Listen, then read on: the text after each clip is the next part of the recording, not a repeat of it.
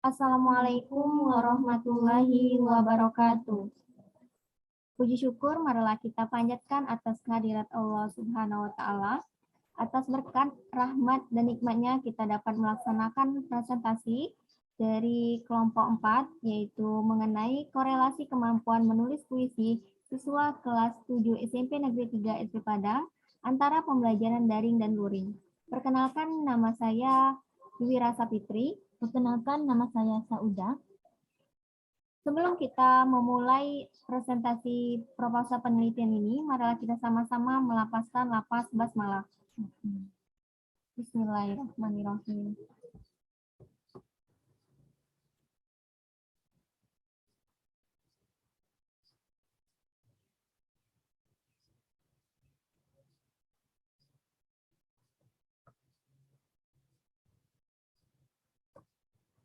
Nah, di sini mengenai korelasi kemampuan menulis puisi siswa kelas 7 SMP Negeri 3 SP Padang antara pembelajaran daring dan luring.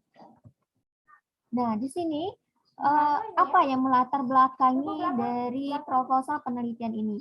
Yaitu dari kami ini mendapatkan bahwa menulis itu merupakan salah satu dari 4 keterampilan berbahasa ya.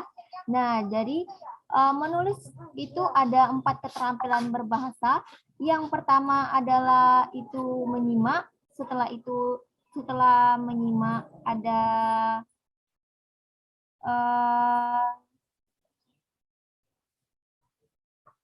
berbicara. Setelah berbicara selanjutnya yaitu membaca terus dan menulis. Nah, keterampilan menulis itu salah satunya yaitu menulis suatu karya sastra. Nah, apa karya sastra yang di sini kami ambil adalah karya sastranya berupa puisi. Nah, dan juga pada masa pandemi pada saat ini, proses pembelajaran itu sangat dibatasi, sehingga membuat proses pembelajaran itu menjadi daring dan luring. Nah, dalam pembelajaran daring dan luring itu tentunya memiliki kelemahan maupun kelebihannya ya. Nah, dari situlah yang melatar belakangi kami membuat proposal penelitian ini. Kami akan meneliti mengenai keefektifan belajar dalam kegiatan daring maupun luring itu yang akan diadakan oleh sekolah SMP Negeri 3 SP Padang dan juga untuk mengetahui korelasi kemampuan menulis puisi siswa kelas 7 SMP Negeri 3 SP Padang. Nah, terus ini ada rumusan masalah. Di sini kami mengambil rumusan masalahnya adalah bagaimanakah korelasi kemampuan menulis puisi kelas 7 SMP Negeri 3 SP Padang antara pembelajaran daring dan juga luring. Nah, tujuannya itu adalah untuk mengetahui korelasi kemampuan menulis puisi siswa kelas 7 SMP Negeri 3 SP Padang antara pembelajaran daring dan juga luring. Apa sih manfaat penelitian ini? Nah, dari manfaat penelitian ini, itu yang pertama adalah dapat mengetahui seberapa jauh kemampuan yang dimiliki siswa dalam menulis puisi, baik dari pembelajaran daring maupun luring. Dan juga selanjutnya dapat meningkatkan minat terhadap pembelajaran karya sastra, khususnya yaitu puisi ini ya. Nah, selanjutnya landasan teori. Nah, landasan teori ini kami menggunakan banyak sekali teori ya. Di sini ada mengenai teori Tarigan maupun dari G. Nah, di sini ada mengenai landasan teori ini. Yang pertama adalah korelasi. Nah, dari judul adalah korelasi. Apa sih korelasi itu? Nah, korelasi itu adalah salah satu bentuk atau ukuran dengan memiliki beberapa variabel dalam hubungan yang memakai kata dari korelasi positif hingga terjadi perubahan dengan meningkatkan pada suatu benda. Nah, korelasi ini adalah hubungan ya. Jadi di sini kami akan menghubungkan kegiatan pembelajaran daring maupun luring dalam penulisan puisi, dalam kemampuan menulis puisi siswa SMP Negeri 3 SP Padang. Nah, selanjutnya akan dijelaskan oleh Saudari Sauda. Kepada Sauda kami silakan. Baik, terima kasih. Selanjutnya saya akan menjelaskan mengenai pada pembahasan landasan teori tersebut. Nah, yang pertama yang kami bahas itu mengenai keterampilan menulis. Nah, apa yang dimaksud dengan menulis tersebut? Nah, jadi menulis itu adalah kegiatan mengungkapkan gagasan dan menyampaikannya melalui bahasa tulis kepada pembaca untuk dipahami. Nah, ini kami ambil dari G ya, G pada tahun yang ditulis pada tahun 1992 halaman 17. Nah, selanjutnya itu yaitu mengenai puisi. Nah, puisi ini sendiri yaitu diambil dari kata Yunani yaitu poesis yang berarti penciptaan. Nah, jadi dapat dirincikan bahwa pengertian dari puisi ini sendiri merupakan ungkapan perasaan penulis yang diterjemahkan dalam perasaan penulis yang di dalam susunan kata-kata, dalam bentuk bait-bait berirama dan memiliki makna yang dalam. Nah, setelah membahas mengenai hakikat dari puisi itu sendiri, selanjutnya ada yang dimaksud dengan unsur-unsur puisi. Nah, unsur-unsur puisi ini sendiri itu terbagi menjadi dua. Ada struktur fisik dan struktur batin. Nah, struktur fisik ini sendiri itu terdiri dari ada pewajahan puisi. Nah, pertama itu pewajahan puisi. Nah, apa itu pewajahan puisi? Nah, pewajahan puisi tersebut adalah penampakan sebuah puisi sebagai salah satu dari hasil seni kreatif. Nah, yang kedua itu ada imaji. Nah, imaji ini adalah kata atau susunan kata-kata yang dapat mengungkapkan pengalaman indrawi seseorang. Nah, misalnya itu dalam imaji ini terdapat tiga terbagi menjadi tiga. Yang pertama ada imaji auditif, ada imaji visual, dan imaji taktil. Nah, yang ketiga itu ada kata konkret. Nah, apa yang dimaksud dengan kata konkret ini? Kata konkret adalah kata-kata yang digunakan seorang penyair secara eksplisit dalam mengemukakan persoalan yang disampaikannya. Nah, terus ada yang keempat. Yang keempat itu ada yang namanya bahasa figuratif. Nah, bahasa figuratif itu adalah bahasa yang penuh dengan kiasan. Misalnya itu yang di dalamnya ada majas-majas. Misalnya sebuah puisi itu mengandung majas litotes, personifikasi, metafora, dan lain-lain. Nah, itu adalah salah satu dari bentuk bahasa figuratif dalam sebuah puisi. Nah, yang ada yang dimaksud dengan verifikasi. Nah, verifikasi ini adalah unsur struktur fisik terakhir dalam sebuah unsur fisik ini ya, yang dimaksud dengan verifikasi yaitu menyangkut soal rima, ritme, dan metrum. Nah, apa yang dimaksud dengan rima tersebut? Rima itu adalah persamaan bunyi pada sebuah puisi. Nah, terus ada yang namanya metrum. Metrum ini mengacu pada perjarakan ya, perjarakan sebuah puisi. Nah, terus ada yang namanya yang namanya alunan ya, alunan bunyi itulah yang disebut dengan ritme.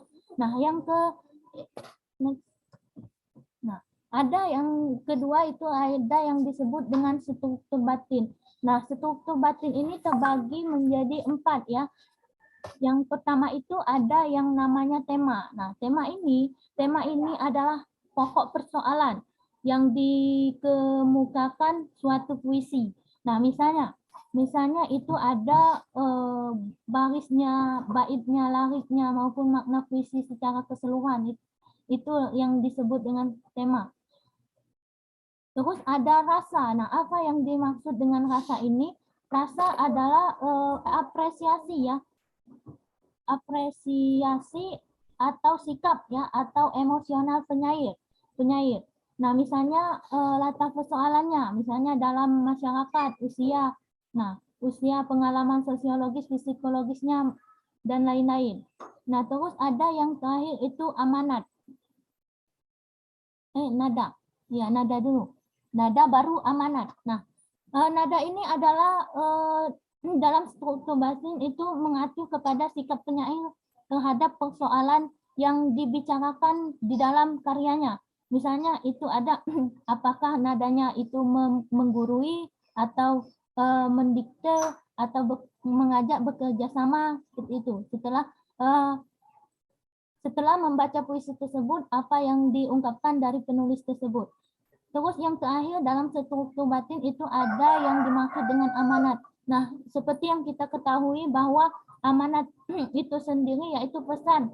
Pesan apa yang ingin disampaikan oleh penyair. Misalnya apakah ingin pembaca itu marah, pembaca itu benci, atau sesuatu yang bisa mendorong pembaca itu untuk menangkap pesan yang disampaikan dalam sebuah puisi. Nah, terus ada dalam landasan teori itu ada yang dimaksud dengan pembelajaran daring.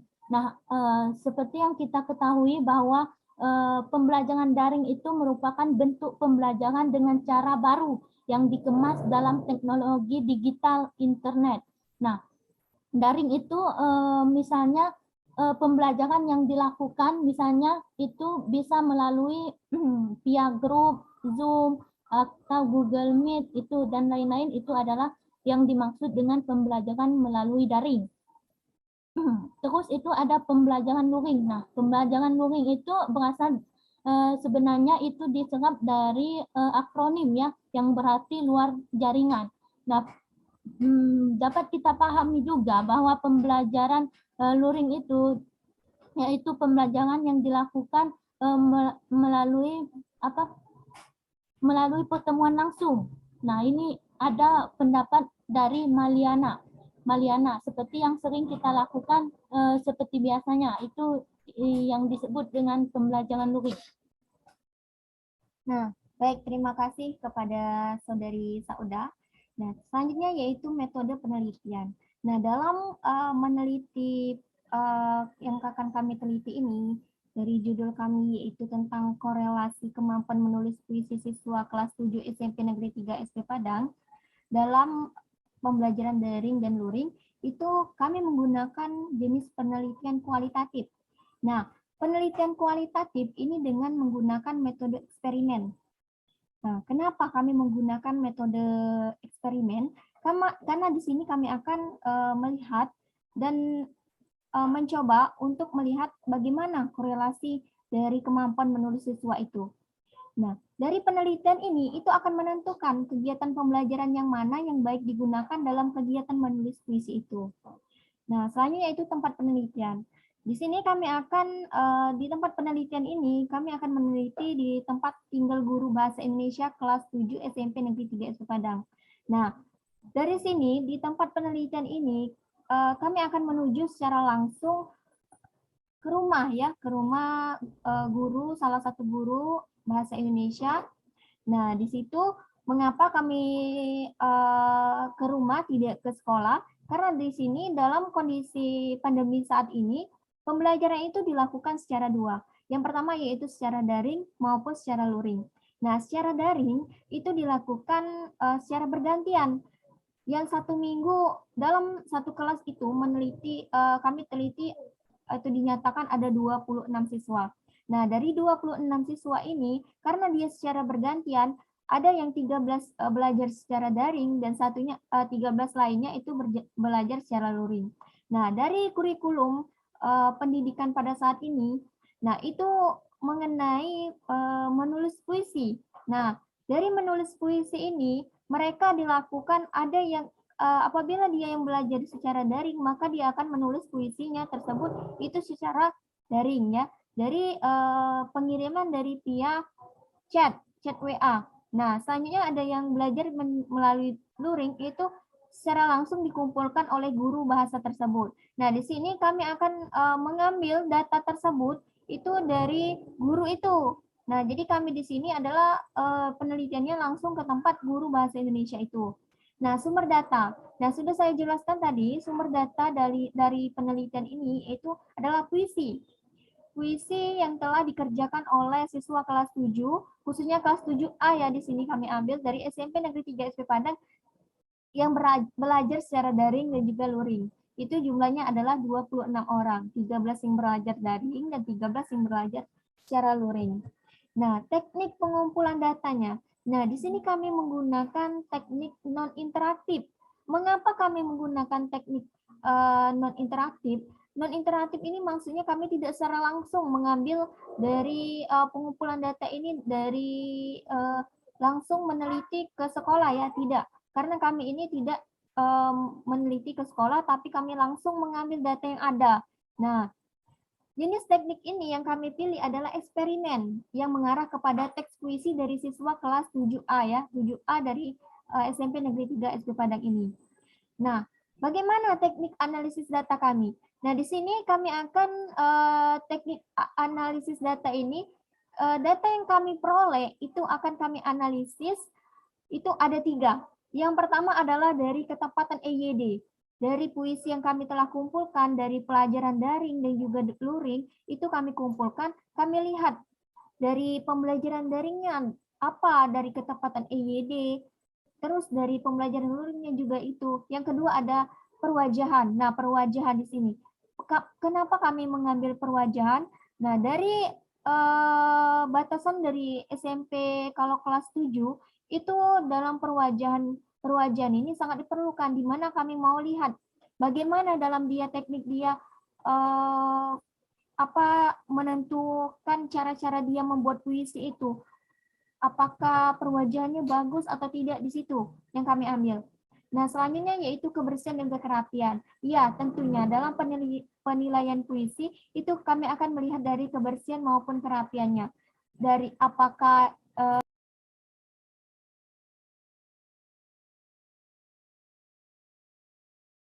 Nah, jadi mohon maaf ada kendala.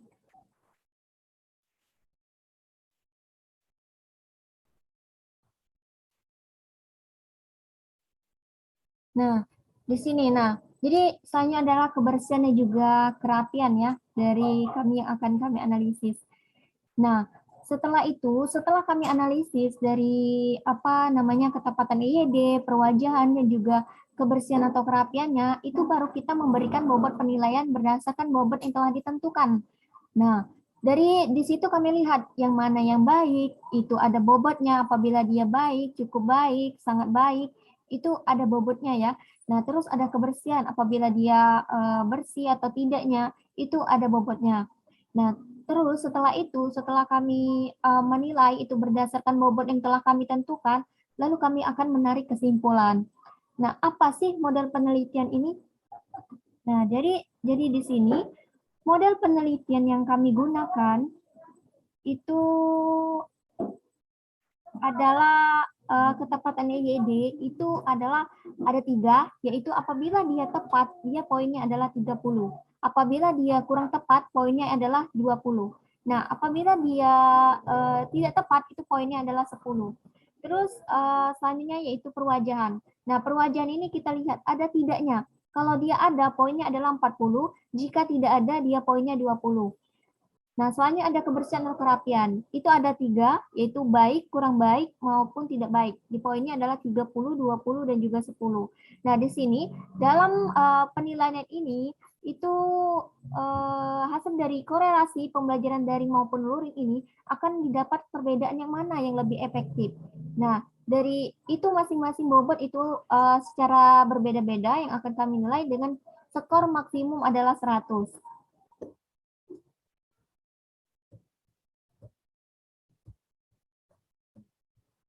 Nah, mungkin itu saja dari pemaparan mengenai proposal penelitian kami. Di sini untuk hal tersebut mungkin itu saja yang dapat kami sampaikan. Saya Dewi Rasa Fitri Dan saya Sauda. Mohon maaf apabila kami ada salah kata, dan kepada Allah kita sama-sama memohon ampun, dan kami akhiri wabillahi taufiq wal hidayah. Wassalamualaikum warahmatullahi wabarakatuh. Baik, selanjutnya kita akan tutup kegiatan hari ini dengan melafazkan lafaz hamdalah. Alhamdulillahirabbil alamin.